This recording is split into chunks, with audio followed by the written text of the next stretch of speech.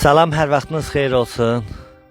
Bugün biz Kürdəmir Şəhidlər Xiyabanında qəhrəman şəhidlərimizi ziyarət edirik. Hazırda Muradımızın 2023-cü ildə lokal antiterror əməliyyatı zamanı şəhadətə ucalan Eyübov Murad Bəxtiyar oğlunun məzarı önündəyik. Bizimlə bərabər şəhid ailələri də ziyarətdədir. O şəhid ailələri ki, onların da övladları 2023-cü ildə lokal antiterror əməliyyatı zamanı şəhadətə ucalıb. Allah bütün şəhidlərin məkanın cənnət, məqamını uca eləsin. Rəbbim sevdiklərinə, əzlərinə səbir versin. Biz bugün burada antiterror şəhid ailəsi kimi iştirak edirik. Biz Kürdəmir rayonundan olan şəhidimiz Yunusov Eltonun cənnətdəki mövludunda iştirak elədik. Bura yolumuz yaxın keçdiyi üçün özümüzə bir borc bildik ki, biz gedək buradakı şəhidlərimizi də ziyarət eləyək.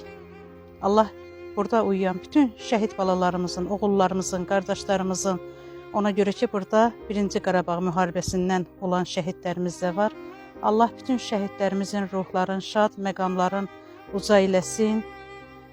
Antiterror şəhidləri bizim üçün lap doğma əzizdir. Ona görə ki, suverenliyimizi bərpa eləməkdə onlar da çiyin-çiyinə verdilər.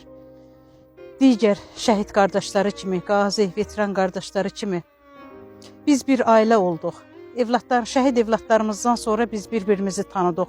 O qədər doğmalaşdıq, əzizləşdik ki, biz bir-birimizi ailə hesab eləyirik.